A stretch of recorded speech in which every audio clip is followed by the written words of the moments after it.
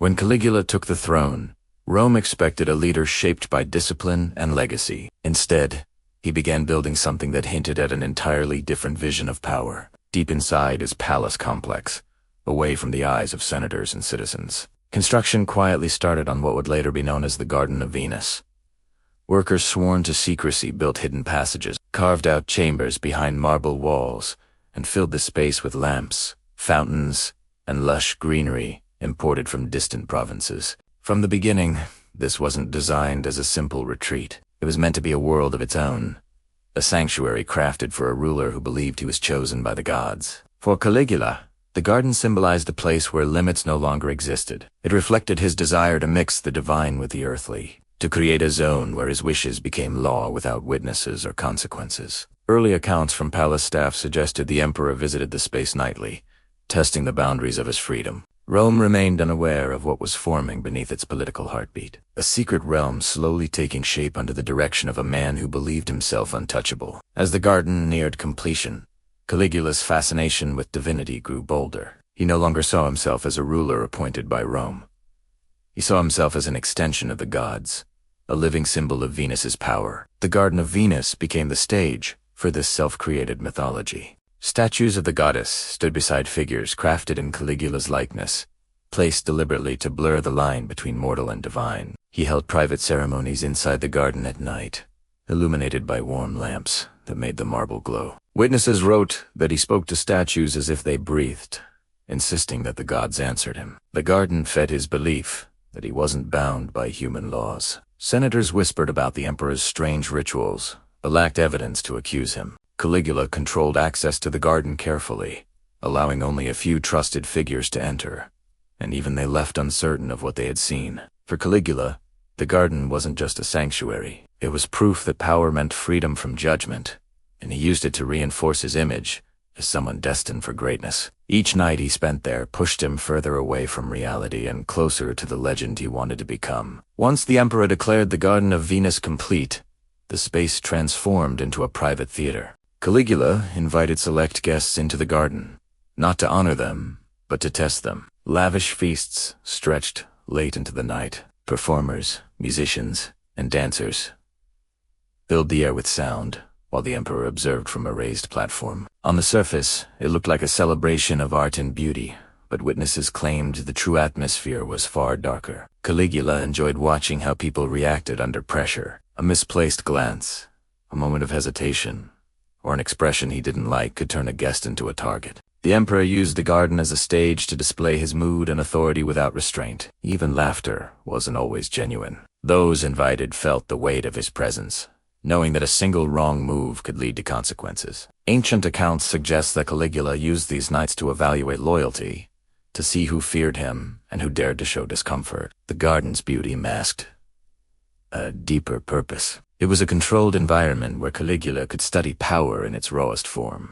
Everyone who entered understood they were part of a spectacle, and survival depended on pleasing the emperor. The Garden of Venus soon became more than a space for gatherings. It became the center of Rome's most unsettling whispers. Servants who worked near the area spoke of nights filled with shouts, sudden music, and hurried footsteps. Some claimed that punishments took place behind the garden walls, masked by celebrations so no one outside could guess what was happening. Others insisted that political rivals were humiliated there rather than executed, forced to face the emperor's unpredictable moods. The truth remains difficult to verify, because few who knew the inner workings lived long enough to describe them clearly. Ancient writers often mixed fact with exaggeration, but they agreed on one point.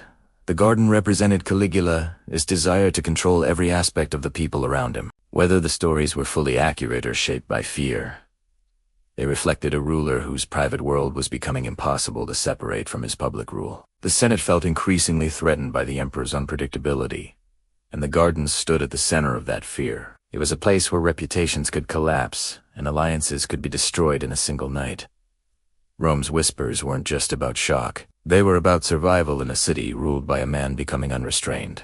As Caligula's behavior worsened, the Garden of Venus became a symbol of everything the Senate hated. They saw it as proof that the emperor had crossed the boundaries of reason and governance. Behind closed doors, senators discussed the growing danger, aware that openly challenging him meant death. Meanwhile, Caligula continued using the garden as his personal stage, pushing further into a world of indulgence and intimidation. The distance between him and his people grew with each passing month. When the conspiracy to assassinate him formed, many believed the garden had played a direct role. It represented the unchecked power he wielded, the fear he inspired, and the humiliation many had suffered. On the day Caligula was killed, his hidden sanctuary lost its purpose. Soldiers stormed parts of the palace, and for the first time, fragments of the garden's inner world came to light.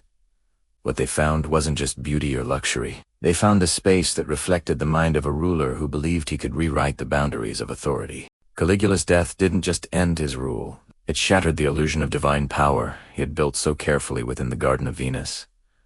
After Caligula's assassination, the Senate moved quickly to erase his legacy. They declared him a public enemy and ordered that his statues be destroyed. The Garden of Venus was one of the first places targeted. Soldiers sealed off its entrances, removed artwork, and burned documents linked to the emperor's private rituals. Some chambers were demolished, others repurposed, and parts of the garden were buried under new construction. The Senate wanted the entire empire to forget the world Caligula had created. But history rarely disappears completely. Fragments of writings, scattered accounts, and archaeological traces kept the memory alive. Historians pieced together enough evidence to show that the garden had once been a center of power where beauty and fear lived side by side. What Rome tried to silence became a mystery that attracted even more attention. Today, the Garden of Venus stands as a reminder of how far a ruler can go when power has no boundaries. It challenges us to ask what truly happened behind those walls, and why the empire felt so threatened that it had to erase every clue. In trying to hide the truth, Rome ensured the story would survive through the very shadows it created. In the end, the Garden of Venus became more than a hidden corner of Caligula's palace. It became a mirror of what absolute power can create when no one is allowed to question it. Rome tried to bury it because it wasn't just a scandal. It was a reminder of how far an emperor had drifted from reality, how fear had silenced an entire city, and how luxury had been twisted into a tool of control. Even after the walls were torn down and the records burned, the story refused to disappear. The fragments that survived paint a picture of a world built on beauty, secrecy, and intimidation. A world shaped by a ruler who believed he was untouchable.